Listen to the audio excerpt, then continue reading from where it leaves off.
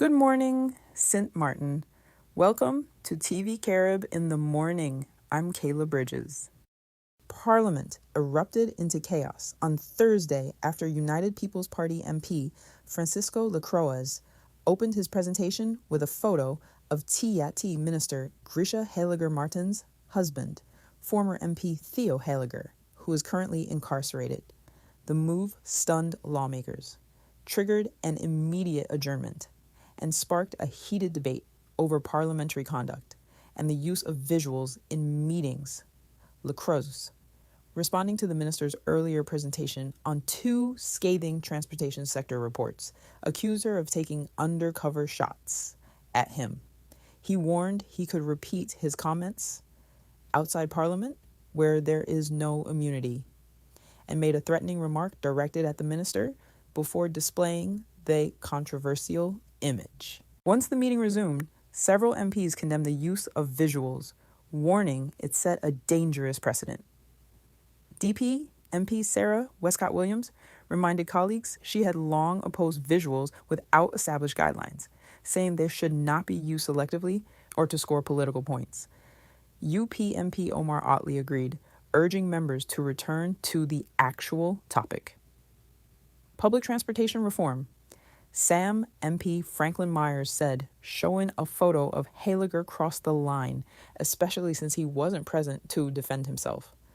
Others, including now MP Lyndon Lewis, argued that if visuals were a problem, objections should have been raised earlier, including during the minister's own slideshow. Committee Chair Viren Kotai ultimately barred Lacroix from using visuals, but allowed him to continue speaking, stressing that family members and unrelated individuals should not be dragged into debates. In an emotional address, Lacroix defended himself, claiming he and his family had faced 2 years of threats stemming from statements made by the minister. He accused the Integrity Chamber and SOAB reports of containing contradictions and misleading information, and questioned who had supplied the data used in the investigations. Lacroix also highlighted long-standing issues in the licensing system, noting hundreds of permits issued between 2014 and 2023. Despite a 2014 policy restricting G-plates, he shared concerns about taxi applicants, failing basic knowledge tests, and argued the minister's recent cleanup efforts were politically motivated, saying, 4 down, 1 more to go. That is what this was about. He insisted he had never engaged in wrongdoing. These hands have never done this, ever, and that needs to end today. Nay, MP Ardwell Arian closed the discussion by pointing to the economic harm caused by license renting, saying some operators must pay up to $1,000 a week to permit holders before earning anything themselves, a system he said creates poverty. The meeting eventually returned to its original agenda, but the clash left lingering concerns about conduct, fairness, and the future use of visuals in Parliament. The police force of St. Martin, KPSM, is currently investigating a fatal shooting that took place in the Fort Willem area on Thursday, November the 13th, 2025, just before 7 p.m. Upon arrival at the scene, officers encountered a young male victim who had sustained multiple gunshot wounds. Despite immediate emergency response efforts, the victim tragically succumbed to his injuries. Detectives of KPSM, along with the forensic department, are presently on location, investigating the circumstances surrounding this incident. At this time, the investigation remains ongoing. KPSM will provide additional updates as more information becomes available. The police force urges anyone with information that may assist in this case to contact the police via +1 7215 4222, the anonymous tip line at 9300, or send a direct message to the KPSM Facebook page.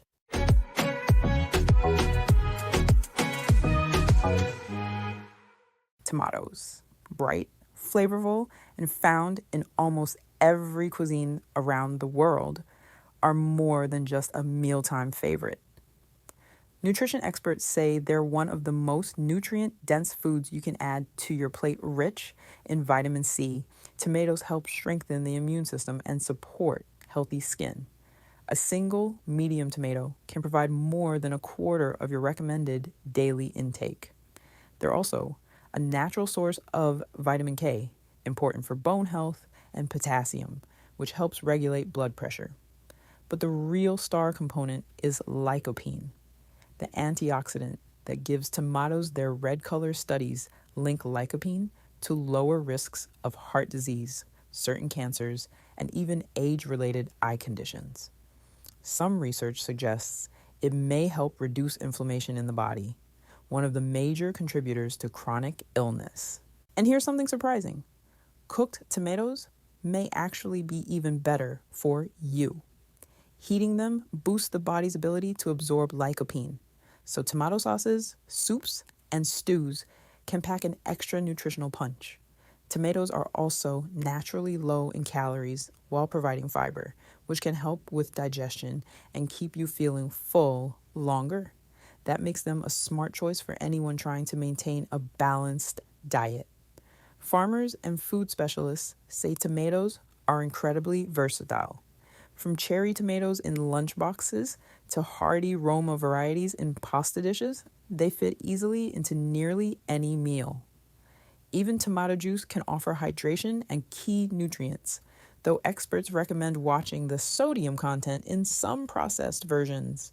Whether you grow them in your backyard or pick them up at the grocery store, tomatoes can be a simple, affordable way to improve your overall health.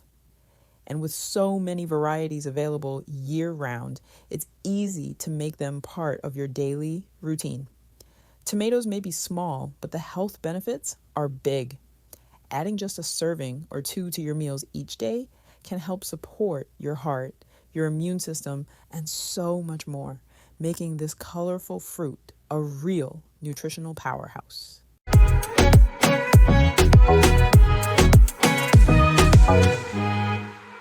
In a powerful interview with Sky News, the Oscar-nominated, BAFTA-winning actor and director who grew up in care said Britain's care system needs to be completely rethought. It comes after a Sky News documentary, A Girl Called Nonita, told the story of 18-year-old Nonita Grabovskite, who died in the care of the state following a catalog of failures by those responsible for her care. Nonita took her own life on railway tracks in December 2023, just 2 weeks after her birthday. She had previously told doctors and social workers that she intended to kill herself as soon as she turned 18, but nothing was done to prevent her death. I was a child of the state, just like Nonita, Morton told Sky News. I was put in care at birth until I got the letter to say I was no longer the council's responsibility. I was kicked out at 16 and put into a homeless hostel. After spells of homelessness, she found a local TV actors workshop and managed to secure roles that would eventually lead to Hollywood. But she says she has never forgotten her childhood, which saw her in and out of children's homes and foster families. The lack of care historically is shocking, she said, but the lack of care today is worse. Back then, it felt like there was at least some comeuppance. The system now is not fit for purpose. It needs root and branch reform. It needs to be completely rethought. The data shows a sharp rise in deaths among care leavers, young adults who have aged out of the care system and are expected to live independently, often with little or no support. The Department for Education only began collecting data for care leavers aged 22 to 25 in 2023, meaning the true scale of deaths over the past decade is likely to be far higher. Morton says councils should be held more accountable for the deaths of children in their care, especially if local authority failings contributed to deaths. A failure to care has massive consequences, she told Sky News. And the consequences are that people like Nonita die. I believe that is a kind of state manslaughter, and individuals who fail to do their job properly should be in a dock. Education Secretary Bridget Phillipson has told Sky News that deaths of care-experienced young people should shame us all. All deaths of children in the care of the state must be reported to the government via the Child Safeguarding Incident Notification Scheme. But there are doubts as to whether all deaths are being reported. Ms. Phillipson told Sky News she has asked officials to urgently review the process to check for underreporting. I'm concerned about serious incident notifications, about making sure we're receiving all notifications of such incidents taking place. She said, because it's only if we know what's happening, if we fully understand what's going on in the lives of children, that we as a government, as a country, can provide the support they need. Thank you for watching today's edition of TVCARiB In The Morning. Until our next edition, have a great day.